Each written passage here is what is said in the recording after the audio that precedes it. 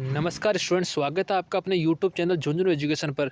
तो बच्चों, आज इस वीडियो में अपन देखेंगे जो पॉलिटिकल साइंस है थर्ड सेमेस्टर, यानी कि सेकंड ईयर का जो प्रथम सेमेस्टर है उसके जो महत्वपूर्ण प्रश्न है। जो आपको पता है 10 क्वेश्चन आते हैं छोटे बड़े, 2-2 नंबर के, 20 नंबर के। तो 20 नंबर इस वीडियो के माध्यम से आपको मिलेंगे। और इसमें जो लगभग 153 के समथिंग क्वेश्चन है उनका सारा एनालिसिस हमने किया है। उन क्वेश्चन को देखना है, आपके एग्जाम में इससे बाहर कुछ नहीं आएगा। अत्यंत महत्वपूर्ण क्वेश्चन है जो हमें बुक्स और किताब में लगे, वो सारे इसी से उठाए हैं। तो सारे इस वीडियो को देख लो, और वीडियो देखने से पहले, जो क्वेश्चन देखने से पहले चैनल को सब्सक्राइब कर लेना जरूर सभी के लोग, और सभी विद्यार्थियों तक ये वीडियो शेयर कर दो ताकि सभी की हेल्प हो सके। तो चलिए अपन चलते हैं पहले क्वेश्चन पर। जो पहला जो क्वेश्चन देखने से पहले आप हमारे चैनल को सब्सक्राइब कर लो, ताकि जो कि लघुरात्मक और निबंधात्मक प्रश्न है जैसे ही उनकी क्लास डालें सबसे पहले आपके पास नोटिफिकेशन आए और आप उनकी मोस्ट क्वेश्चन देख सकें। क्योंकि जैसे कि हमने हिस्ट्री में डाले थे वो सारे लगभग क्वेश्चन वही आए थे, तो अपन वही मोस्ट क्वेश्चन या तो आज शाम तक या कल तक डाल देंगे। जो लघुरात्मक और निबंधात्मक है तो उससे पहले हमने शॉर्ट क्वेश्चन की, जो ये लगभग 150 क्वेश्चन है, इनमें आपको 10 क्वेश्चन पूरे आ जाएंगे जो आपके एग्जाम में आने वाले होंगे। और सबसे महत्वपूर्ण क्वेश्चन है तो 150 क्वेश्चन आप देख लेना। तो चलिए अब चलते हैं अपने पहले क्वेश्चन पर, ठीक है दोस्तों। तो पहला क्वेश्चन किस पे डिपेंड है कि औपनिवेशिक भारत में लोकतंत्रीकरण की प्रक्रिया, इससे रिलेटेड पहला क्वेश्चन है। चलिए अपन बात करते हैं पहले क्वेश्चन की। पहले क्वेश्चन है बच्चों, संविधान सभा के चुनाव में लीग को मिली असफलता का क्या परिणाम निकला? तो इसका उत्तर रहेगा, लीगी नेताओं ने संविधान सभा का बहिष्कार करते हुए पाकिस्तान के लिए पृथक संविधान की मांग की। सेकंड क्वेश्चन की बात करें, संविधान सभा की प्रथम बैठक कब और किसकी अध्यक्षता में हुई? ये बड़ा ही महत्वपूर्ण प्रश्न है, ये देख लेना, आपके एग्जाम में आ सकता है। कौन सा? संविधान सभा की प्रथम बैठक कब और किसकी अध्यक्षता में हुई? तो संविधान सभा की प्रथम बैठक 9 दिसंबर 1946 से को कार्यवाहक सभापति श्री सच्चिदानंद सिन्हा की अध्यक्षता में हुई, ठीक है। अगले क्वेश्चन की बात करें, इस संविधान सभा की बैठक में कौन से दो प्रमुख नेता सम्मिलित नहीं थे? मतलब जो इंडिया में उस टाइम जो भारत में प्रमुख नेता थे वो कौन से सम्मिलित नहीं थे? तो पहले थे महात्मा गांधी, दूसरे थे जिन्ना जी, दोनों ही उपस्थित नहीं थे। चौथे क्वेश्चन की बात करें, भारत की संविधान सभा ने कब और किसे स्थायी अध्यक्ष चुना? कि मतलब संविधान सभा का स्थायी अध्यक्ष कौन था और कब चुना गया? तो ये 11 दिसंबर 1946 को डॉक्टर राजेंद्र प्रसाद को सभा ने सर्वप्रति से स्थायी अध्यक्ष चुना। ये क्वेश्चन भी आप देख लेना। फिफ्थ क्वेश्चन रहने वाला है, भारतीय संविधान सभा के समक्ष संविधान निर्माण में आई किन्हीं दो कठिनाइयों के नाम लिखिए। तो इसकी पहली कठिनाई है कि विभिन्नता में एकता स्थापित करने की कठिनाई, तथा दूसरी है देशी रियासतों तथा सांप्रदायिकता की समस्या, की जो देशी रियासतें थी पहले उनकी और जो समस्या थी उनकी बात है। अगला क्वेश्चन बात करें तो अपन, उद्देश्य प्रस्ताव क्या है? 23 जनवरी 1947 को पारित उद्देश्य प्रस्ताव को भारतीय संविधान की आधारशिला माना जाता है, जिसे 13 दिसंबर 1946 को पंडित जवाहरलाल नेहरू ने प्रस्तुत किया, ठीक है। इस प्रकार से क्वेश्चन रहेगा। अगले क्वेश्चन की बात करें, उद्देश्य प्रस्ताव पारित करने के बाद संविधान सभा ने कुछ समितियों का निर्माण किया, किन्हीं 4 ऐसी समितियों के नाम लिखिए। कि जो उद्देश्य प्रस्ताव पारित करने के बाद संविधान सभा ने कुछ समितियां जो स्थापित की थी उनके नाम क्या, कोई 4 लिखने अपन को। तो क्वेश्चन भी आ सकता है इसमें, विशेष समिति पहली, दूसरी प्रारूप समिति, तीसरी प्रक्रिया नियम समिति, चौथी है परामर्श समिति।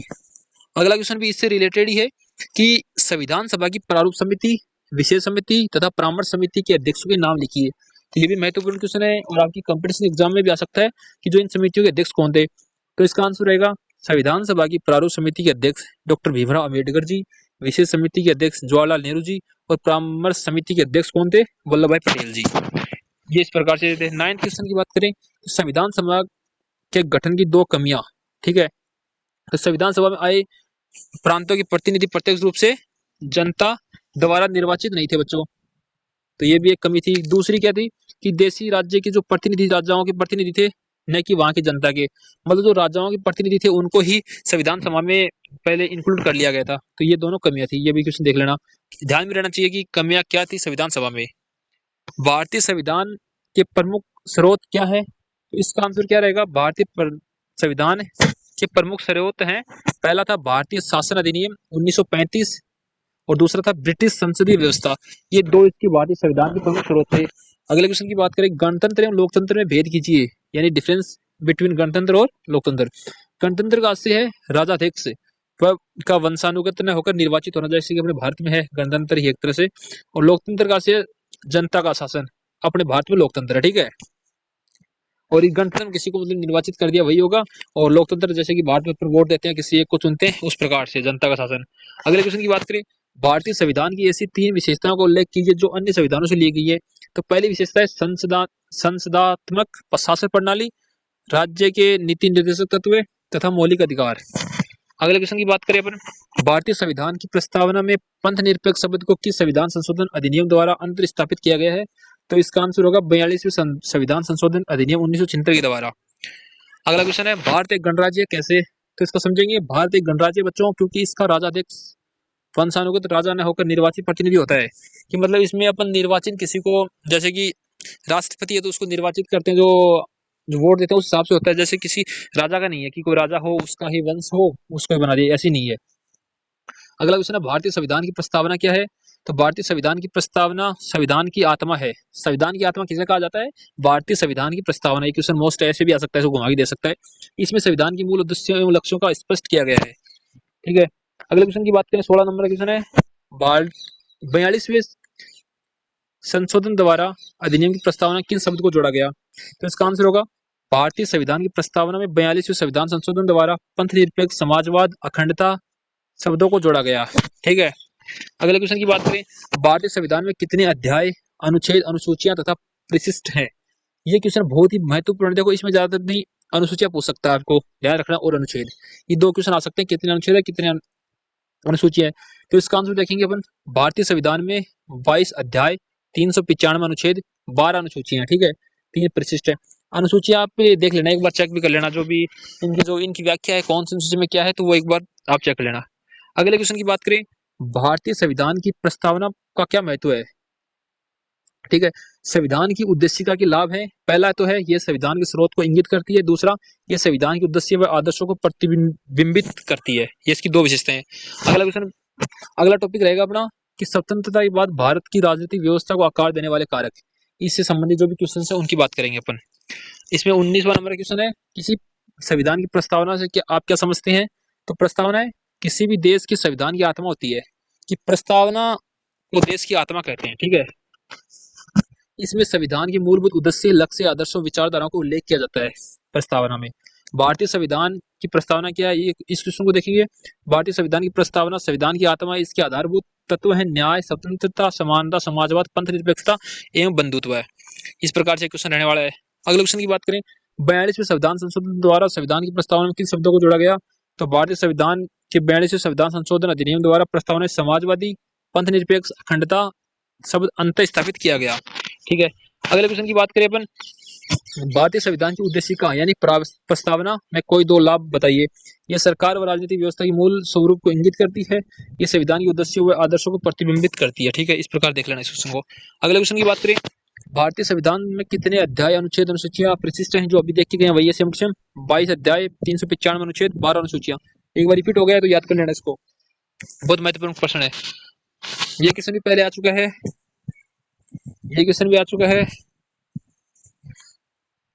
ये क्वेश्चन भी आ गया है, इसको देख लेना आप। जो क्वेश्चन आगे मैं बता देता हूँ ना। अब 27वां नंबर क्वेश्चन देखेंगे, भारतीय संविधान में कौन से भाग से मौलिक अधिकारों का उल्लेख किया गया है? तो भारतीय संविधान के भाग 3 में अनुच्छेद 12 से 30, 32 से 35 तक मौलिक अधिकारों का उल्लेख किया गया है। ठीक है, अगला क्वेश्चन है, भारतीय संविधान में उल्लेखित मूल अधिकारों का वर्णन कीजिए। कौन कौन से मूल अधिकार है? ये बहुत ही महत्वपूर्ण है, इनसे क्वेश्चन आपको आ सकता है, तो इसको एक बार ध्यान से देख लेना। पहला है इसमें समानता का अधिकार, दूसरा स्वतंत्रता का अधिकार, तीसरा शोषण के विरुद्ध अधिकार, चौथा धार्मिक स्वतंत्रता का अधिकार, पांचवा सांस्कृतिक शिक्षा संबंधी अधिकार, और छठा है संवैधानिक उपचारों का अधिकार। ठीक है, तो क्वेश्चन आप एक बार देख लेना। जो संपत्ति का अधिकार था वो खत्म कर दिया गया है, वो भी देख लेना आप लोग। ठीक है, वो क्वेश्चन भी आ सकता है, कौन से अधिकारों को खत्म किया गया, यानी संपत्ति का अधिकार। अगले क्वेश्चन की बात करें, मूलाधिकार किस प्रकार की नीति निर्देशक सिद्धांतों से भिन्न है?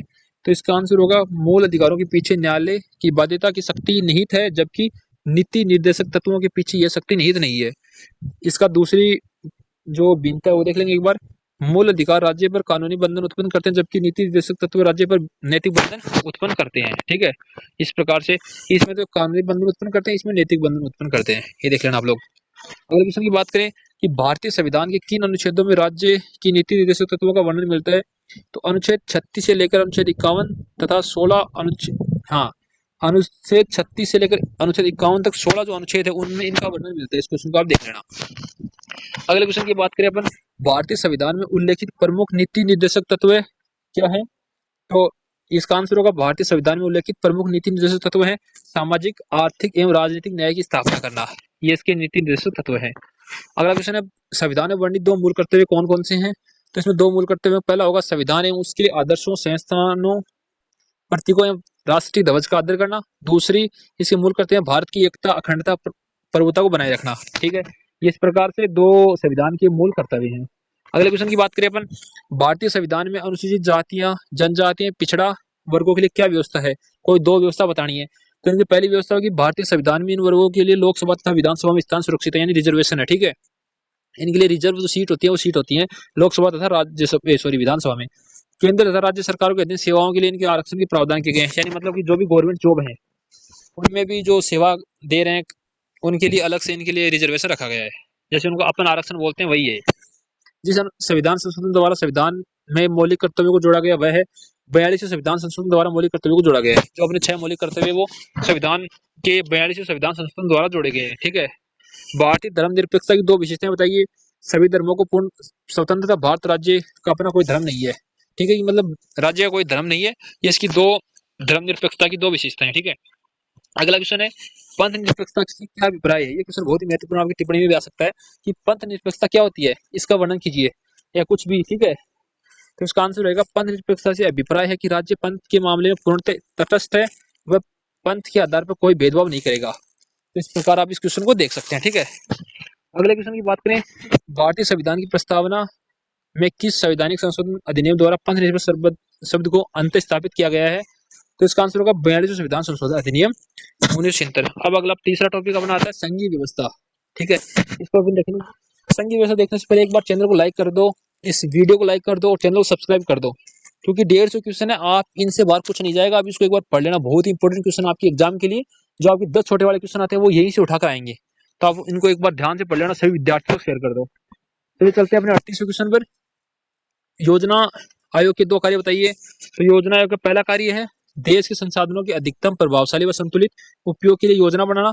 दूसरा इसका है प्राथमिकताओं के निर्णयों के आधार पर योजना को लक्ष्य को निर्धारण करना। ठीक है, अगला क्वेश्चन है अपना, राष्ट्रीय विकास परिषद की दो विशेषताएं बताइए। तो ये दो विशेषताएं, योजना आयोग की सहायता हेतु राष्ट्र के स्रोत तथा परिश्रम को गतिशील करना, सभी महत्वपूर्ण क्षेत्रों की समरूप आर्थिक नीतियों को अपनाने का प्रोत्साहित करना। ठीक है, अगले क्वेश्चन की बात करें अपन, भारतीय संविधान के 4 संघीय लक्षणों के नाम लिखिए। इसका जो अथवा में क्या क्वेश्चन आ सकता है, आपको अथवा नहीं आएगा क्योंकि छोटे वाले अथवा में नहीं आते।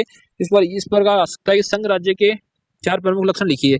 तो पहला लक्षण है इसमें शक्तियों का विभाजन, सेकंड है संविधान की सर्वोच्चता, तृतीय है, थर्ड है स्वतंत्र उच्चतम न्यायालय, तथा फोर्थ है कठोर संविधान। ये अपने संघ राज्य के 4 प्रमुख लक्षण है भारत के। भारतीय संविधान की 2 एकात्मक विशेषताएं, भारतीय संविधान की 3 एकात्मक विशेषताएं। मतलब 3 या 4 पूछ ले तो बता देना आप लोगों को। इसमें पहली होगी शक्तिशाली संघ है, दूसरी संघ की अविश्र शक्तियां है, तीसरी इकहरी नागरिकता है, वह चौथा क्या रहेगा, एकीकृत न्याय व्यवस्था है। इस प्रकार से अपना ये रहने वाला। ठीक है, अगले क्वेश्चन की बात करें, भारतीय संविधान में शक्तियों के विभाजन 3 सूचियों द्वारा किया गया, 3 सूचियों के नाम लिखिए। तो भारतीय संविधान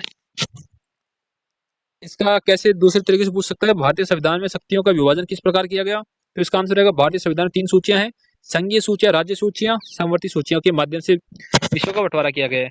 अगले क्वेश्चन की बात करें अपन, भारत में संघात्मक व्यवस्था की उपयुक्तता के 4 कारण बताइए। तो इसका पहला रहेगा भारत का विशाल क्षेत्र, सीमित सरकार की व्यवस्था, भारत में विद्यमान विविधता में एकता की स्थापना, न्यायपालिका की स्वतंत्रता।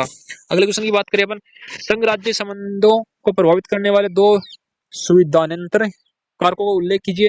पहला है दलीय व्यवस्था, दूसरी क्षेत्रवाद। आंसर इसके रहेंगे। ठीक है, अगले क्वेश्चन की बात करें, भारतीय संघ में शक्तिशाली केंद्र को बनाने के पीछे 2 प्रमुख कारण बताइए। तो भारत की एकता व अखंडता की रक्षा के लिए, तथा दूसरा है इसकी भारतीय आर्थिक उन्नति के लिए केंद्र की शक्तिशाली होना बहुत ही आवश्यक है। अगला क्वेश्चन है, राष्ट्रीय विकास परिषद की 2 कार्य बताइए। जो आपकी बहुत ही महत्वपूर्ण क्वेश्चन है, आ सकता है आपके एग्जाम में, तो इसको देख लेना। राष्ट्रीय योजना की कार्यान्वयन की समीक्षा करना, अपनी वार्षिक बैठकों में योजना के लक्ष्य को प्राप्त करने के लिए प्रस्तुत करना। ठीक है, अगले क्वेश्चन की बात करें 47 नंबर के, संघ के राजस्व स्रोत कौन कौन से हैं? ठीक है, तो कोई 4 लिखिए। इसमें आएगा निगम शुल्क, सीमा शुल्क, कृषि भूमि शुल्क एवं रिजर्व बैंक। ये इसके संघ के राजस्व स्रोत हैं। अगले क्वेश्चन की बात करें अपन, सरकारीय आयोग कब और क्यों गठित किया गया था?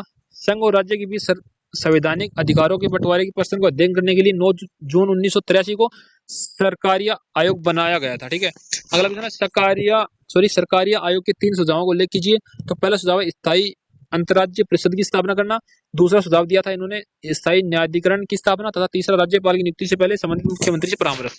ठीक है, अगला क्वेश्चन है, केंद्र के टकराव या तनाव पैदा करने वाले 2 कारण बताइए। तो पहला कारण रहेगा राज्य की केंद्र पर वित्तीय निर्भरता, राज्यों की राष्ट्रपति का शासन। ठीक है, तो इसमें तीसरा हिस्सा हो गया कंप्लीट। 50 क्वेश्चन पूरे हो गए, तो एक बार शेयर कर दो सभी बच्चों तक और चैनल को सब्सक्राइब अवश्य कर दो। ठीक है, अगला क्वेश्चन है, संघ सूची में कुल कितने विषय सम्मिलित किए गए हैं? कोई 4 विषय का नाम लगे। तो संघ सूची में कुल 97 यानी 97 विषय सम्मिलित हैं। इस सूची के कोई 4 ऐसे विषय ऐसे हैं। ठीक है, 4 विषयों का नाम पूछे ना। सुरक्षा है पहला, दूसरा विदेश मामला, तीसरा युद्ध एवं शांति, चौथा रेल एवं सड़क, सॉरी रेल एवं डाक तार। 52वां क्वेश्चन है, भारतीय संविधान की समवर्ती सूची में दिए गए विषयों में से कोई 2 या 3 बताइए। तो पहला है फौजदारी विधि तथा प्रक्रिया, विवाह विवाह विच्छेद, सामाजिक सुरक्षा। अगले क्वेश्चन की बात करें अपन, राज्य सूची के विषयों पर कानून बनाने का अधिकार किस प्रकार से प्राप्त है? इस सूची के किन्हीं 2 विषयों का उल्लेख कीजिए। इसमें पहला है विषय है शांति व्यवस्था की स्थापना, दूसरा कृषि, और अधिकार इसको क्या है? राज्य सरकार को इसका अधिकार है कानून बनाने का। ठीक है, अगला क्वेश्चन अपना देखेंगे अपन, समवर्ती सूची में दिए गए विषयों पर कानून बनाने का अधिकार किस सरकार को है? तो समवर्ती सूची में क्या है कि केंद्रीय यानी जो भारतीय सरकार उसको और प्रांतीय दोनों मतलब राज्य सरकारों दोनों इस पे कानून बना सकते हैं, लेकिन परस्पर विरोधी की स्थिति में केंद्र सरकार की वरीयता दी जाएगी। मतलब कि कभी राज्य सरकार और केंद्र सरकार के बीच में विरोध हो गया तो इसमें जो केंद्र सरकार उसको ही महत्वपूर्णता दी जाएगी। पहले वित्त आयोग की कार्य बताइए। वित्त आयोग राजस्व को केंद्र सरकार और राज्य सरकार के बीच वितरण के प्रश्न पर विचार करता है तथा उनके बीच वितरण की सिफारिश करता है। अवशिष्ट शक्तियों से आपका क्या तात्पर्य है? ये क्वेश्चन एक बार चेक कर लें आप। अवशिष्ट शक्ति से तात्पर्य है कि संविधान में वर्णित तीनों सूचियां संघ सूची, समवर्ती सूची तथा राज्य सूची के विषय के अतिरिक्त विषयों पर कानून बनाने की शक्ति। अगला क्वेश्चन की बात करें अपन, भारत के संविधान में कहाँ संघ राज्य संबंधों का उल्लेख किया गया है? तो इसकी बात करें, भारत के संविधान की 7वीं अनुसूची और भाग 11 और 12 में संघ राज्य संबंधों का उल्लेख किया गया है। संघ सूची पर कानून बनाने का अधिकार किससे दिया गया है? संघ सूची के विषयों पर कानून बनाने का अधिकार एकमात्र संसद को दिया गया है। ठीक है, अगले क्वेश्चन की बात करें, राज्य सूची में कितने विषय हैं? राज्य सूची में 66 विषय हैं, लेकिन 42 संविधान संशोधन के तहत इनकी संख्या 62 रह गई है, मतलब 4 हटा दिए गए। राज्य सूची में किस प्रकार के विषय रखे गए हैं? तो राज्य सूची में स्थानीय महत्व के विषय रखे गए हैं। अगला क्वेश्चन है, समवर्ती सूची में कितने विषय हैं और इस कानून को बनाने के अधिकार किसे है? तो समवर्ती सूची में 47 विषय हैं और इन पर कानून बनाने का अधिकार संघ सरकार तथा राज्य सरकार दोनों का है। ठीक है, संघ राज्य विधायी संबंधों के में संघ अधिक प्रभावशाली है। इसके 2 कारण बताइए कि इसमें संघ अधिक प्रभावशाली क्यों है, इसके कारण बताइए। संघ राज्य में अवशिष्ट शक्तियां संघ को सौंपी गई है तथा समवर्ती सूची के विषय पर राज्य के स्थान पर केंद्र को अधिक महत्व दिया गया है। इस प्रकार संसद, अगला क्वेश्चन देखेंगे अपन, संसद राज्य सूची के विषयों पर किन परिस्थितियों में कानून बना सकती है? कोई 2 परिस्थिति बताइए। तो पहली परिस्थिति रहेगी राज्य सूची का विषय राष्ट्रीय महत्व घोषित होने पर, दूसरा है राज्यों के विधानमंडलों की इच्छा प्रकट करने पर, अगर इसमें तीसरी पूछ ले तो संकट काल की घोषणा या होने या राज्य में राष्ट्रपति शासन लगने की स्थिति में राज्य सूची के विषयों पर कानून बना सकती है। तो इसकी 3 विशेषताएं रहने वाली हैं कि 3 परिस्थितियां जो भी है इस विषय में हो सकती है। अगला क्वेश्चन है, केंद्र को राज्य की अपेक्षा अधिक प्रशासनिक शक्तियां प्राप्त है, स्पष्ट कीजिए। तो बच्चों इसको देखेंगे कि संघ सरकार को अनुच्छेद 256, अनुच्छेद 257 के तहत राज्य सरकारों को निर्देशित देने की शक्ति, अखिल भारतीय सेवाओं की स्थापना तथा आपातकाल की घोषणा के कारण अधिक प्रशासनिक शक्तियां प्राप्त है। अगले क्वेश्चन की बात करें, भारत में केंद्र राज्य प्रशासनिक मतभेदों को दूर करने के लिए क्या उपाय किए गए हैं? कोई 2 बताइए। तो भारत में केंद्र राज्य प्रशासनिक मतभेदों को दूर करने के लिए 2 उपाय हैं। जो पहला है अंतर्राज्यीय परिषद की स्थापना तथा क्षेत्रीय परिषदों की स्थापना की गई है। इसके 2 उपाय हैं। अगले क्वेश्चन की बात करें, भारत में संघ तथा राज्यों के मध्य वित्तीय संबंधों को निर्धारित करने वाले कोई 4 बिंदु लिखिए। इसमें पहला बिंदु रहेगा कर निर्धारण की शक्ति का विवरण तथा करों से प्राप्त आय का विभाजन। दूसरा रहेगा संघ की विशेष रूप से अनुदान करने की शक्ति, उधार संबंधी अनुच्छेद तथा वित्त आयोग। ये इस प्रकार 4 रहने वाले हैं, इसको देख लेना। वित्त संबंधी विषय में केंद्र राज्य तनाव के किन्हीं 2 क्षेत्रों को उल्लेख कीजिए। पहला है इसमें वित्तीय साधनों के वितरण की प्रचलित व्यवस्था से राज्य संतुष्ट है, और दूसरा राज्य की दी जाने वाली अनुदान व सहायता राशि बहुत कम है। अपन संघ व्यवस्था होगी, अपन देखते हैं 4th नंबर पे दलीय व्यवस्था। ठीक है, किस प्रकार से दल है, ये शेखावाटी यूनिवर्सिटी में आया हुआ है 68वां क्वेश्चन। तो इस तरह में तो ये क्वेश्चन देख लेना आ सकता है। भारत में निर्वाचन व्यवस्था में सुधार लाने के लिए 2 सुझाव दीजिए। तो इसमें पहला सुझाव, चुनाव में धन की भूमिका पर नियंत्रण लगाना, राजनीतिक दलों के लिए आचार संहिता का अनिवार्य रूप से पालन करना। अगला क्वेश्चन है, भारतीय तलीय प्रणाली की 2 विशेषताएं बताइए। ये भी 2018 में आए हुए, बहुत महत्वपूर्ण क्वेश्चन देख लेना। बहुदलीय प्रणाली, क्षेत्रीय दलों का भरमार। 4 राष्ट्रीय राजनीतिक दलों के नाम बताइए। ये क्वेश्चन भी पूछ सकता है, ऐसे पूछ सकता है कि कौन कौन से राष्ट्रीय दल हैं, तो उस प्रकार से जैसे 4 का नाम पूछ सकते हैं। भारतीय जनता पार्टी, राष्ट्रीय कांग्रेस, साम्यवादी मार्क्सवाद दल, जनता दल। ठीक है, अगला क्वेश्चन है भारत की क्षेत्रीय राजनीतिक दलों के नाम बताइए। तो क्षेत्रीय मतलब जो स्टेट वाइज जो भी राजनीतिक दल है उनके नाम लिख सकते हैं आप, जैसे हर जगह अलग अलग है। तो इसमें है तेलुगु देशम, अकाली दल, दरमुख, अन्ना दरमुख, तृणमूल कांग्रेस, नेशनल कॉन्फ्रेंस, शिवसेना, समाजवादी, आम आदमी, बीजू जनता दल। इस प्रकार से क्वेश्चन तो पूछ सकता है, तो आप इनको याद करना थोड़ा, और आपको याद भी रहना चाहिए कौन कौन से दल है इसमें। दलीय व्यवस्था के उभरते स्वरूप की चर्चा कीजिए। तो भारतीय दलीय व्यवस्था एक दलीय प्रभुत्व के काल से निकलकर बहुदलीय व्यवस्था की ओर अग्रसर हुई है, जिसमें क्षेत्रीय दलों का महत्व बढ़ा है। दल बदल नियंत्रण विधेयक 1985 का महत्व समझाइए। यह कानून दल बदल को दंडनीय बनाता है और गैर कानूनी घोषित करता है। दल बदल प्रक्रिया को हतोत्साहित करता है। गठबंधन सरकार की कोई दो विशेषताएं बताइए। गठबंधन सरकार की पहली विशेषता यह है कि किसी भी एक दल विशेष का स्पष्ट बहुमत न होना। दूसरा है विभिन्न दलों का संयुक्त कर बहुमत प्राप्त करना। राजनीतिक दल से क्या अभिप्राय है, ठीक है, इस क्वेश्चन देखेंगे। राजनीतिक दल न्यूनाधिक रूप से संगठित ऐसे नागरिकों समूह है जो राजनीतिक इकाई के रूप में कार्य करते हैं और जिनका उद्देश्य अपने मतदान बल के प्रयोग द्वारा भारत सरकार पर नियंत्रण करना तथा अपनी सामान्य नीतियों को कार्यान्वित करना है। तो बच्चों अपना 50% जो यानी कि 150 क्वेश्चन 75 क्वेश्चन कंप्लीट हो गए। तो सभी बच्चे इस क्वेश्चन को सारे के सारे बच्चों तक शेयर करो, इससे बाहर कुछ नहीं आएगा। अब इनको पढ़ो, अच्छे मोस्ट क्वेश्चन है, सारे इनको देख लेना, इसीलिए दे रहा हूँ। और क्लास में लास्ट तक बने रहे, ऐसे नहीं कि स्किप मत करना, क्योंकि कोई भी क्वेश्चन छूट गया वही एग्जाम में आ गया फिर कहोगे सर आया नहीं आपके बताया, तो ऐसा नहीं होना चाहिए। सारे क्वेश्चन देखो। प्रजातंत्र के लिए राजनीतिक दल आवश्यक क्यों है। प्रजातंत्र के लिए राजनीतिक दल आवश्यक है क्योंकि इनके बिना सिद्धांत का एक सा विवरण तथा नीति का व्यवस्थित विकास नहीं हो सकता। अगला क्वेश्चन है बहुदलीय पद्धति के को दो गुण बताइए। पहला, शासन में अस्थिरता, कार्य कुशलता में कमी। दूसरा ये बाद में 4 राजनीतिक दलों के नाम बताइए। पहले अपन देख चुके हैं, ठीक है, 4 क्षेत्रीय दलों के नाम देख चुके हैं, ये भी देख चुके हैं, हमने ज्यादा देखे हैं तो वो देख लेना एक बार आप। राजनीतिक दलों को 2-4 कार्य बताइए। तो राजनीतिक दलों का कार्य क्या होता है। लोकमत का निर्माण करना, चुनावों का संचालन करना, राष्ट्र को संगठित एवं सुदृढ़ करना, शासन सत्ता को मर्यादित रखना। 2 भारतीय दबाव समूह के नाम बताइए। Chamber of commerce, trade unions. ठीक है, दबाव समूह की परिभाषित कीजिए। दबाव समूह ऐसे संगठित समूह है जो अपने सदस्यों को सरकारी पदों पर बिठाए बिना सरकारी कार्य निर्णयों को प्रभावित करने की जिज्ञासा रखते हैं। ठीक है, अगले क्वेश्चन की बात करें कि दबाव समूह की विशेषताएं बताइए। दबाव समूह के सीमित उद्देश्य होते हैं, ये अपने सीमित उद्देश्यों की पूर्ति के लिए उचित एवं अनुचित सभी प्रकार के साधनों का प्रयोग करते हैं। ठीक है, अगले क्वेश्चन की बात करें दबाव समूह द्वारा किए जाने वाले 2 कार्य बताइए। तो दबाव समूह आंकड़े इकट्ठा कर उन्हें प्रसारित कर लोकमत को शिक्षित करते हैं। वे अपने साधनों द्वारा सरकारी निरंकुशता को सीमित करते हैं। अगला क्वेश्चन, ये क्वेश्चन बहुत ही महत्वपूर्ण आपके एग्जाम में आ सकता है। लॉबिंग क्या है या लॉबिंग से आप क्या समझते हैं, तो इसको देखेंगे। 2019 में वैसे कबड्डी विश्वविद्यालय में विधानमंडल के सदस्यों को प्रभावित कर उनसे अपने हित में कानून का निर्माण करना ही लॉबिंग है। क्या है, विधानमंडल के सदस्यों को प्रभावित कर उनसे अपने हित में कानून का निर्माण करना। अगले क्वेश्चन की बात करें अपन, सफल दलीय व्यवस्था को 2 शर्तें बताइए। दलों के निर्माण का आधार आर्थिक व राजनीतिक विचारधारा व कार्यक्रम हो। दलों को द्वारा दलित, एक मिसप्रिंट है, दलित है क्या, ध्यान में नहीं है, हित की तुलना में राष्ट्रीय, देख लेना आप लोग एक बार चेक कर लेना गूगल से, तुलना में राष्ट्रीय हित को महत्व दिया जाए। अगला क्वेश्चन है राजनीतिक दल और दबाव समूह में कोई 2 अंतर। बहुत ही महत्वपूर्ण क्वेश्चन बच्चे, इसको देख लेना, आपके एग्जाम में आ सकता है। राजनीतिक दल के उद्देश्य दबाव समूह से व्यापक होते हैं। राजनीतिक दल सत्ता पर नियंत्रण करना चाहते हैं, लेकिन दबाव समूह ऐसा प्रयास नहीं करते। अब अपना 4 टॉपिक कंप्लीट हो गया। 5वां निर्वाचन आयोग। इसे एक क्वेश्चन पक्का आपके एग्जाम में, तो आप इसको तो ध्यान से पढ़ लेना। निर्वाचन आयोग कन्फर्म आ सकता है, तो इसको एक बार देख लेना। निर्वाचन आयोग से क्या है, वह संवैधानिक आयोग जिसका प्रमुख कार्य संपूर्ण देश में राष्ट्रपति, उपराष्ट्रपति, लोकसभा, राज्यसभा की संसद, राज्यसभा के सदस्य, राज्य विधानमंडलों के सदस्यों का निर्वाचन संपन्न कराना चुनाव आयोग के नाम से जाना जाता है। मतलब जो अपन चुनाव करते हैं वो चुनाव आयोग द्वारा ही आयोजित होते हैं। भारतीय निर्वाचन आयोग की स्थापना क्यों की गई। संविधान के अनुच्छेद 324 के अंतर्गत निर्वाचनों का निरीक्षण, निर्देशन एवं नियंत्रण करने के लिए निर्वाचन आयोग की स्थापना की गई। यानी अनुच्छेद 324 ये देख लेना एक बार, अनुच्छेद आ सकता है आपके एग्जाम में। ठीक है, अगला क्वेश्चन है निर्वाचन आयोग में कितने निर्वाचक आयुक्त होते हैं, उनकी नियुक्ति कौन करता है। भारतीय निर्वाचन आयोग में एक मुख्य निर्वाचन आयुक्त और 2 अन्य निर्वाचन आयुक्त, इनकी नियुक्ति संसद द्वारा निर्मित विधि के अधीन रहते हुए राष्ट्रपति द्वारा की जाती है। अब 3 है, मतलब एक तो मुख्य निर्वाचन आयोग है और 2 उनके सहयोगी हैं। ठीक है, ये ध्यान रखना, काफी कंपटीशन एग्जाम में आता है कि निर्वाचन आयोग के अध्यक्ष कितने होते हैं, कितने अपने मेंबर हैं। निर्वाचन आयोग के किन्हीं 4 कार्यों को उल्लेख कीजिए। पहला कार्य चुनावी क्षेत्रों का सीमांकन करना, दूसरा मतदाता सूचियों को तैयार करना, तीसरा विभिन्न राजनीतिक दलों को मान्यता प्रदान करना तथा उन्हें आरक्षित चुनाव चिन्ह प्रदान करना, चौथा है चुनाव संपन्न करवाना।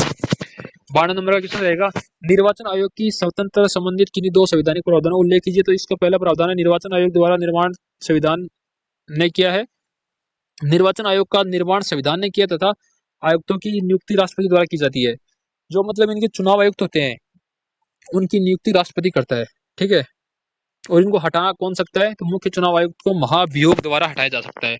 अगले क्वेश्चन की बात करें अपन, भारत की चुनाव पद्धति की प्रमुख विशेषताओं को उल्लेख कीजिए। तो इसकी प्रमुख विशेषता पहली है वयस्क मताधिकार, दूसरी आरक्षित स्थानों सहित संयुक्त निर्वाचन पद्धति, तीसरा है प्रादेशिक प्रतिनिधित्व है, चौथा है गुप्त मतदान, पांचवा है एकल सदस्यता निर्वाचन क्षेत्र, 6 नंबर है साधारण बहुमत की पद्धति तथा अनुपातिक प्रतिनिधित्व की पद्धति। अगले क्वेश्चन की बात करें अपन, भारतीय निर्वाचन पद्धति के कोई 4 दोष लिखिए। तो पहला दोष रहेगा राजनीतिक दलों को प्राप्त जन समर्थन और स्थानों के अनुपात में गंभीर अंतर, चुनाव में धन बल की बढ़ती भूमिका, मतलब कि आजकल पैसे बहुत लगा रहे हैं चुनाव में, तो इसका फिक्स रेट होती है कि इतने लगा सकते हैं आप चुनाव, उतना उसका पालन नहीं कर रहे हैं, तो ये भी एक दोष ही है। शासक दल द्वारा प्रशासनिक तंत्र का दुरुपयोग, चुनाव में आपराधिक तत्वों की उम्मीदवारी, कि आजकल जो उम्मीदवार है नहीं चुनाव लड़ने लायक उसको भी लड़ा देते हैं पार्टियां और उससे वो जीत ही जाता है, ठीक है। भारत में चुनाव सुधार हेतु कोई 2 सुझाव दीजिए। ये क्वेश्चन महत्वपूर्ण है। सरकारी तंत्र के दुरुपयोग पर नियंत्रण किया जाना चाहिए। निर्दलीय एवं उदासीन प्रत्याशियों की संख्या पर नियंत्रण, कि मतलब जो भी हर कोई संघ खड़ा हो जाता है उन पे भी नियंत्रण रखना चाहिए, कितने खड़े हो सकते हैं। वर्तमान मुख्य चुनाव आयुक्त कौन है, तो राजीव कुमार मुख्य चुनाव आयुक्त हैं, ठीक है।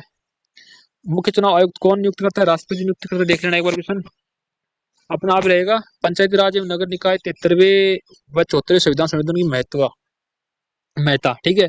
73वें 74वें संविधान संशोधन की महत्ता क्या है उसको अपन इस वीडियो के माध्यम से समझेंगे अब, ठीक है। 98 नंबर क्वेश्चन देखिए, पंचायती राज से आप क्या समझते हैं, तो बलवंत राज मेहता समिति द्वारा प्रस्तुत सिफारिशों से ग्रामीण क्षेत्र के लिए लोकतांत्रिक विकेंद्रीकरण का जो प्रतिमान प्रस्तुत किया गया उसे बाद में पंचायती राज के नाम से जाना गया। मेहता समिति द्वारा सुझाई गई पंचायती राज की योजना कितने स्तरीय थी, तो मेहता समिति द्वारा सुझाई गई योजना 3 स्तरीय थी। ये स्तर थे ग्रामीण स्तर, मतलब जो अपनी ग्राम पंचायत है, फिर खंड या पंचायत समिति के जो सदस्य होते हैं वो होगी, फिर तीसरा जिला स्तरीय जिला समिति सदस्य, जिला स्तरीय जो भी चुनाव है वो इस स्तर पर आ गए। अपना 16वां क्वेश्चन है, पंचायती राज की 2 मौलिक सिद्धांत लिखिए। तो पंचायती राज योजना ग्राम से लेकर जिला स्तर तक 3 स्तरीय होनी चाहिए, ये इसके 2 और दूसरा मौलिक सिद्धांत है। ये संस्था जीवन रूप एक दूसरे से संबंधित रहे तथा इसको शक्ति दायित्व का वास्तविक हस्तांतरण हो। तो बच्चों अपना सेंचुरी पूरी होगी, 100 क्वेश्चन कंप्लीट हो गए हैं। तो इसके साथ ही अपने वीडियो को सब्सक्राइब कर दो, सभी दोस्तों को शेयर करो।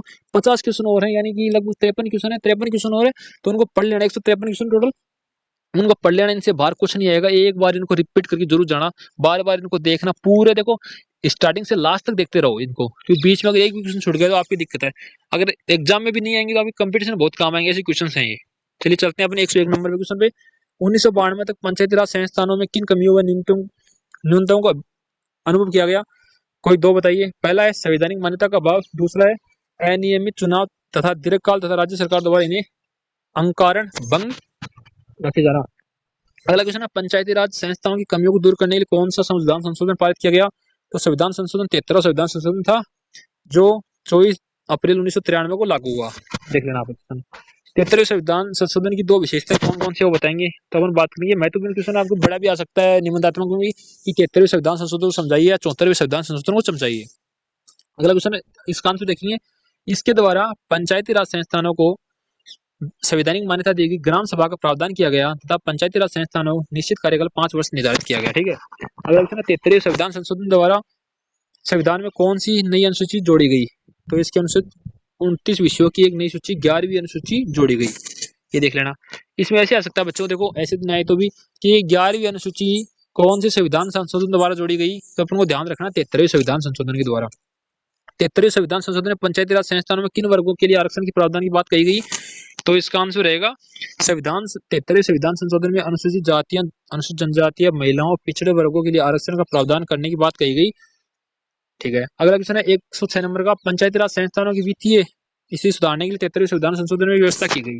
क्या व्यवस्था की गई, तो पंचायती राज संस्थानों की वित्तीय स्थिति सुधारने के लिए राज्य वित्त आयोग के गठन का प्रावधान किया गया। अगला क्वेश्चन है, ग्राम पंचायत में वार्ड के निर्वाचित सदस्य, ग्राम पंचायत के अध्यक्ष, उपाध्यक्ष को राजस्थान में क्या कहा जाता है, तो इनमें जो निर्वाचित पंच है ना उनको तो पंच कहा जाता है वार्ड को तो, और ग्राम पंचायत के अध्यक्ष को सरपंच कहा जाता है और उपाध्यक्ष को उप सरपंच कहा जाता है। ये तो अपन सब लोग जानते हैं, ध्यान में रखना पड़ता। 73वें संविधान संशोधन को समाविष्ट करते हुए राजस्थान में कौन सा अधिनियम पारित हुआ, तो अधिनियम 1994 पारित हुआ। अगला क्वेश्चन बात करेंगे, ग्राम पंचायत में वर्तमान कितने प्रकार का निर्वाचित प्रतिनिधि होते हैं, तो ग्राम पंचायत केवल 2 प्रकार के होते हैं, एक तो सरपंच और पंच, ठीक है। इसको देख लेना। 110 नंबर क्वेश्चन है, राजस्थान में पंचायती राज संस्थानों के आरक्षण की क्या व्यवस्था की गई है? पंचायती राज संस्थानों में आरक्षण की क्या व्यवस्था है? तो राजस्थान में पंचायती राज संस्थानों में अनुसूचित जाति तथा जनजातियों के लिए जनसंख्या के अनुपात में महिलाओं के लिए 50% तथा अन्य पिछड़ा वर्ग के लिए 21% आरक्षण का प्रावधान किया गया है। सरपंच या उपसरपंच के विरुद्ध निर्वाचन के बाद पद ग्रहण करने में कितने समय बाद अविश्वास प्रस्ताव लाया जा सकता है? 2 वर्ष बाद। 2 वर्ष तक कोई अविश्वास प्रस्ताव नहीं ला सकता। 2 वर्ष बाद अविश्वास प्रस्ताव लाया जा सकता है। ठीक है, अगला क्वेश्चन है 112 नंबर का। पंचायती राज संस्थानों की 4 स्थायी समितियों के नाम लिखिए। तो पहली है प्रशासनिक स्थापन समिति, दूसरी है वित्त एवं कराधान समिति, तीसरी है विकास एवं उत्पादन कार्य समिति, चौथी है शिक्षा समिति। अगला क्वेश्चन है पंचायत समिति किसे कहते हैं? पंचायती राज व्यवस्था की त्रिस्तरीय संरचना को का मध्यवर्ती सोपान पंचायती राज कहलाता है। यानी पहला तो सरपंच वगैरह हो गए, सेकंड नंबर पे पंचायती जो भी पंचायती समिति सदस्य हो गए, तीसरा जिला स्तर है तो मध्यवर्ती बोलेंगे इसको। अगला बात करिए अपन, इस समय संपूर्ण देश में कितनी पंचायत समितियां कार्य कर रही हैं? तो ये ध्यान रखना 4500 पंचायत समितियां कार्य कर रही है। वर्तमान में राजस्थान में पंचायत समिति की बैठक कौन कौन सदस्य भाग लेते हैं? तो पंचायत समिति बैठक में प्रत्येक रूप से पंचायत समिति क्षेत्र के निर्वाचित सदस्य, जिनको हम पंचायत समिति सदस्य बोलते हैं, क्षेत्र की विधानसभा के निर्वाचित सदस्य यानी विधायक और ग्राम पंचायत सरपंच भाग लेते हैं। ठीक है, राजस्थान में पंचायत समिति के सदस्य और उपाध्यक्ष को क्या कहते हैं? तो अध्यक्ष को तो प्रधान कहते हैं, उपाध्यक्ष को उप प्रधान कहते हैं। जिला परिषद क्या है? जिला परिषद क्या है? त्रिस्तरीय पंचायती राज व्यवस्था में जिला परिषद सर्वोच्च इकाई है। यह पंचायती राज की जिला स्तरीय इकाई है। अगला क्वेश्चन देखेंगे, जिला परिषद के अध्यक्ष और उपाध्यक्ष को कौन कहते हैं? तो जो जिला परिषद का अध्यक्ष होता है उसको तो बोलते हैं जिला प्रमुख, और जो उपाध्यक्ष होता है उसको जिला उप प्रमुख। मतलब जो उपाध्यक्ष होता है उसको तो सिर्फ उप प्रमुख उप लगा देना आप लोग, जो भी है ना, वाइस बोलते हैं जिसको। वर्तमान में व्यवहार में पंचायती राज व्यवस्था के किन्हीं दो दुर्गुणों का उल्लेख कीजिए। पहला है व्यापक भ्रष्टाचार, बढ़ती गुटबाजी। मतलब आजकल हर चीज में राजनीति करने लगे तो ये भी एक इसका दुरुपयोग है। अगले क्वेश्चन की बात करें, पंचायती राज संस्थानों की सफलता हेतु 2 सुझाव दीजिए। तो शिक्षा का प्रसार किया जाए, इन संस्थानों को आर्थिक रूप से स्वावलंबी बनाया जाए। अगला क्वेश्चन है 74वें संविधान संशोधन में प्रत्येक राज्य में कितने प्रकार के नगरीय निकायों के गठन का प्रावधान है? तो 74वें संविधान संशोधन में प्रत्येक राज्य में 3 प्रकार के नगरीय निकायों का गठन का प्रावधान है। अगला क्वेश्चन है 74वें संविधान संशोधन के अनुसार नगरीय निकायों के प्रकारों का नाम लिखिए। तो 74वें संविधान संशोधन में 3 नगरीय निकायों का प्रावधान है। पहला नगर पंचायत, नगर पालिकाएं, नगर परिषद और तीसरा है नगर निगम। अगले क्वेश्चन की बात करें, नगर पंचायत नगर पालिकाओं का गठन कहाँ किया गया? 1 लाख तक जनसंख्या वाले ऐसे क्षेत्र जो ग्राम से नगर बनने के लिए संक्रमणकालीन प्रक्रिया में, उन्हें नगर पंचायत और नगर पालिका कहा जाता है। मतलब 1 लाख जनसंख्या होनी चाहिए उनकी। राजस्थान राज्य में नगर परिषद का गठन किस प्रकार के नगरों द्वारा किया गया? राजस्थान राज्य में नगर परिषद का गठन एक छोटे नगरीय क्षेत्रों में किया गया जिनकी संख्या 1 लाख से, जनसंख्या इसमें यहाँ पे मिसप्रिंट हो गया है, जिनकी संख्या नहीं आएगा, यहाँ पे आएगा जिनकी जनसंख्या 1 लाख से अधिक हो किंतु 5 लाख से कम हो। ठीक है, 5 लाख से ऊपर होगा तो फिर उन्हें जिला या कुछ भी सोचेंगे, लेकिन नगर पालिका से ऊपर करेंगे उनको। नगर निकायों का कार्यकाल कितने वर्ष का होता है? 5 वर्ष का होता है। नगर निकायों क्षेत्र में प्रत्येक रूप से निर्वाचित प्रतिनिधियों क्या कहा जाता है? प्रत्येक रूप से निर्वाचित प्रतिनिधियों को पार्षद कहा जाता है। जैसे अपने वार्ड पंच होते हैं वैसे ही नगर पालिका में पार्षद होते हैं। राजस्थान राज्य में नगर पंचायत के स्थान पर क्या नाम दिया गया है? तो नगर पंचायत के स्थान नगर पालिका मंडल का नाम दिया गया। इन्हें नगर पालिका द्वितीय श्रेणी, तृतीय श्रेणी, चतुर्थ श्रेणी बांटा गया है। राजस्थान में नगर परिषद किस नाम से जानी जाती है? तो प्रथम श्रेणी नगर पालिका जानी जाती है राजस्थान में। ठीक है, नगर निगम क्या है? नगर निगम नगरीय स्थानीय निकायों में सबसे बड़ा निकाय है। नगर निगम की स्थापना किन शहरों में की जाती है? नगर निगम ऐसे बृहत्तर यानी बड़े नगरीय क्षेत्र होते हैं, जो बड़े नगर होते हैं ना, उनको जिनकी जनसंख्या कम से कम 5 लाख हो या इससे अधिक हो, मतलब 5 लाख से अधिक होते ही जनसंख्या, उनको नगर निगम बना दिया जाता है। भारत में प्रथम नगर निगम की स्थापना कहाँ और कब हुई? तो प्रथम नगर निगम की स्थापना, बहुत ही महत्वपूर्ण प्रश्न है बच्चों, इसको आप देख के जाना आराम से, कि 1687 में मद्रास में की गई। ठीक है, ये क्वेश्चन आपके एग्जाम में आ सकता है। स्वतंत्रता बाद में सबसे प्रथम कहाँ और कब नगर निगम स्थापित हुआ? 1951 कोलकाता में। ठीक है, 1951 में हुआ था, और वैसे भारत में 1687 में हुआ था मद्रास में। अगले क्वेश्चन की बात करें अपन, एक बार शेयर कर दो यार सभी बच्चों तक, हम भी इतनी मेहनत कर रहे हैं तो हमें भी चाहिए ना कि ज्यादा से ज्यादा बच्चे अपन से जुड़े। भारत में नगर निगमों में सामान्यतः कौन से घटक पाए जाते हैं? भारत में नगर निगमों सामान्यतः परिषद, महापौर तथा उप महापौर, नगर निगम आयुक्त एवं अन्य कर्मचारी तथा नगर निगम समितियां घटक पाए जाते हैं। अगले क्वेश्चन की अपन बात करें, 74वें संविधान संशोधन द्वारा नगरीय निकायों के लिए कितने विषय किस अनुसूची द्वारा जोड़े गए? तो 74वें संविधान संशोधन द्वारा नगरीय निकायों के लिए 18 विषय 12वीं अनुसूची द्वारा संविधान में जोड़े गए। अगला क्वेश्चन है 73वें तथा 74वें संविधान संशोधन के महत्व को दर्शाने वाले कोई दो बिंदु लिखिए। तो इसका है स्थानीय स्वशासन संस्थाओं को संवैधानिक दर्जा प्राप्त होना, दूसरा है प्रजातांत्रिक विकेंद्रीकरण का सुदृढ़ीकरण। अगला अब अपन चलते हैं जो नई टॉपिक उस पर, भारतीय राजनीतिक व्यवस्था की दो प्रमुख सॉरी व्यवस्था की सम्मुख प्रमुख चुनौतियां कौन कौन सी है। निर्जातीयता, भाषा, क्षेत्रवाद, जातीय सांप्रदायिकता, कौन कौन से देख लेंगे। इसका 31 नंबर क्वेश्चन है, भारत में कुल कितनी भाषाओं को मान्यता प्राप्त है। तो 22 आंसर होगा इसका, 22 भाषा है। और कौन कौन सी है 22 भाषा, वो भी अपन देख लेते हैं, मेरे साथ देखिए। पहली है असमी, बंगाली, गुजराती, हिंदी, कन्नड़, कश्मीरी, मराठी, उड़िया, पंजाबी, तमिल, तेलुगु, संस्कृत, उर्दू, सिंधी, कोंकणी, मणिपुर, नेपाली, बोंदो, डोगरी, मैथिली, संथाली और मलयालम। ये भाषाएं तो आपको याद रहनी चाहिए, सब लोग याद करना ना, क्योंकि ऐसे भी जैसे कभी कंपटीशन में आ जाए 4 ऑप्शन देते कि कौन सी भाषा नहीं है तो फिर हो जाएगा। हिंदी भाषा में संबंधित राज्य कौन से हैं। तो संबंधित हरियाणा, राजस्थान, बिहार, मध्य प्रदेश, उत्तर प्रदेश, हिमाचल, दिल्ली और चंडीगढ़। ये तो प्रमुख प्रमुख है, और भी हैं। भारत की पूर्वी तट पर बोली जाने वाली 4 भाषाओं के नाम लिखिए। तमिल, तेलुगु, उड़िया, बंगाली। भारत के पश्चिम तट पर बोली जाने वाली भाषाओं के नाम लिखिए। तो इसमें मलयालम, कन्नड़, मराठी और गुजराती। ठीक है, जो तट पे है तो वो यही है। सभी प्रादेशिक प्रादेशिक भाषाओं में से किन्हीं में हिंदी को राष्ट्रभाषा क्यों चुना गया। तो ये बहुत ही महत्वपूर्ण क्वेश्चन आज तक आप लोगों ने सुना कि हिंदी राष्ट्रभाषा है, जैसे अपन राजभाषा बोलते हैं उसको, तो वो किस प्रकार क्यों चुना गया है। तो सभी प्रादेशिक भाषाओं में हिंदी को राष्ट्रभाषा इसलिए चुना गया क्योंकि इसको बोलने वालों की संख्या सर्वाधिक है, मतलब सबसे ज्यादा हिंदी बोलते हैं अपने देश में, तो इसलिए हिंदी को चुना गया। अगले क्वेश्चन की बात करें अपन, भारत में राष्ट्रीय एकता के सम्मुख दो प्रमुख चुनौतियां उल्लेख कीजिए। तो इसकी दो प्रमुख चुनौतियां हैं, तो यहाँ पे 4 देखे तो आप 4 देख सकते हैं, क्योंकि 4 ही पूछ सकता है, 3 ही पूछ सकता है, 2 इसमें नॉर्मल पूछा है। क्षेत्रवाद एवं पृथकतावाद, आतंकवाद, सांप्रदायिकता और जातिवाद। अगला क्वेश्चन है, क्षेत्रीयवाद से आप क्या समझते हैं। तो क्षेत्रीयवाद या क्षेत्रवाद का अर्थ है कि किसी एक छोटे स्थान से जो भाषाई, धर्म और भौगोलिक, सामाजिक ऐसे ही अन्य किसी आधार और पृथक स्थितियों के लिए परिवर्तनशील है। कि मतलब ऐसा होता है कि किसी में हिंदू मुस्लिम ऐसे अलग अलग हैं, कोई भी जाति विशेष पे लड़ रहे हैं लोग, तो उनको क्षेत्र अपनी अलग भूमिका निभाना चाह रहे हैं, तो उसको क्षेत्रवाद बोलते हैं, कि क्षेत्र इसके लिए प्रसिद्ध है। अगला क्वेश्चन है 143 नंबर का, भारत क्षेत्रवादी दो दुष्प्रमाण केंद्र राज्य संबंधों का विकृत होना। कि फिर वो बनती नहीं ना आपस में, जैसे कहते हैं एक राज्य अपने अलग भाषा के लिए लड़ेगा, एक किसी लिए लड़ेगा, तो उससे फिर बनेगी नहीं केंद्र और राज्य के बीच में। आतंकवादी गतिविधियों का प्रोत्साहन हो, वहां पे आतंकवादी गतिविधियां स्टार्ट हो जाएंगी। 144 नंबर का क्वेश्चन है, क्षेत्रवादी समस्या के 2 उपाय बताइए। केंद्र सरकार की ऐसी नीतियां बनाए कि सभी उप सांस्कृतिक क्षेत्रों का संतुलन, आर्थिक विकास संभव हो, सभी क्षेत्र के लोगों को समान आर्थिक सुविधाएं प्रदान की जाए। अगला क्वेश्चन है, भारत में किन्हीं 4 क्षेत्रीय प्रवृत्तियों के रूप में नाम लिखिए। तो पहला पृथकवादी क्षेत्रीय आंदोलन, अंतर्राज्यीय क्षेत्रीय विवाद, अंतर्राज्यीय नदी जल विवाद, क्षेत्रीय संगठनों का निर्माण। अगला क्वेश्चन है, सांप्रदायिकता की क्या अर्थ है। ये क्वेश्चन आपके एग्जाम में आएगा पक्का, अब इसको एक बार देख के जाना, क्योंकि काफी बार आया हुआ है पहले, ये क्वेश्चन आ सकता है सांप्रदायिकता होती क्या है। इसको देख लेना 146 को। सांप्रदायिकता का तात्पर्य लोगों की ऐसी प्रवृत्ति एवं भावनाओं से है जिसमें व्यक्ति राष्ट्र हितों की उपेक्षा करते हुए अपने सांप्रदायिक विशेष के हित की प्राथमिक महत्व करता है।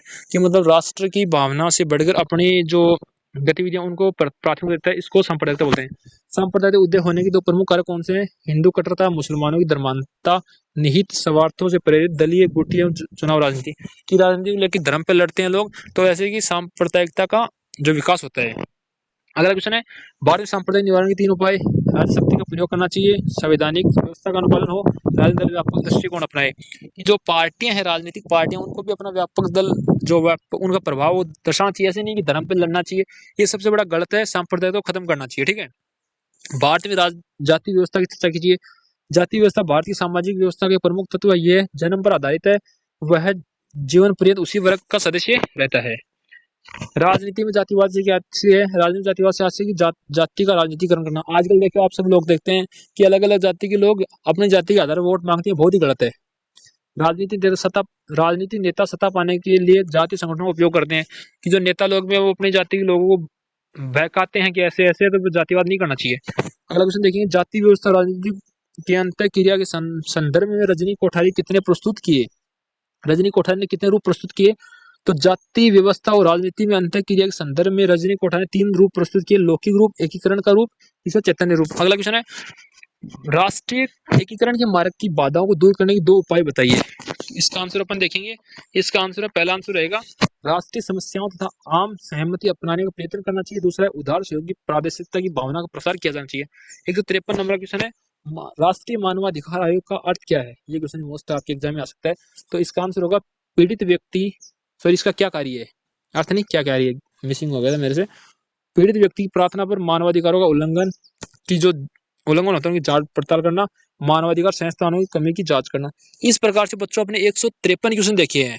ठीक है, ये क्वेश्चन बहुत ही महत्वपूर्ण आपके एग्जाम में आ सकते हैं। तो सभी विद्यार्थियों तक इस चैनल को शेयर करो ताकि सभी इस वीडियो को देख सके। इस वीडियो को शेयर करो और लाइक कर देना यार, सब लोग आप लोग इतनी मेहनत करते हैं। ठीक है, तो सभी अधिक से अधिक दोस्तों तक इस चैनल को सब भेजो ताकि वो सब्सक्राइब कर लें, और आप सभी सब्सक्राइब करो ताकि जो भी निबंधात्मक और लघुरात्मक क्वेश्चन की क्लास डालेंगे, लगभग 10 या 12 क्वेश्चन डालेंगे उनमें, तो ये अपने डिटेल से पढ़ाया क्योंकि आप मेरे साथ समझ सको। आप जैसे इस वीडियो को सुनोगे तो आपको याद हो जाएगा, और वो निबंधात्मक क्वेश्चन की लिस्ट भी जल्दी डाल देंगे, वो इसी यूट्यूब पे मिल जाएगी आपको। तो सभी को अधिक से अधिक शेयर करो। धन्यवाद साथियों।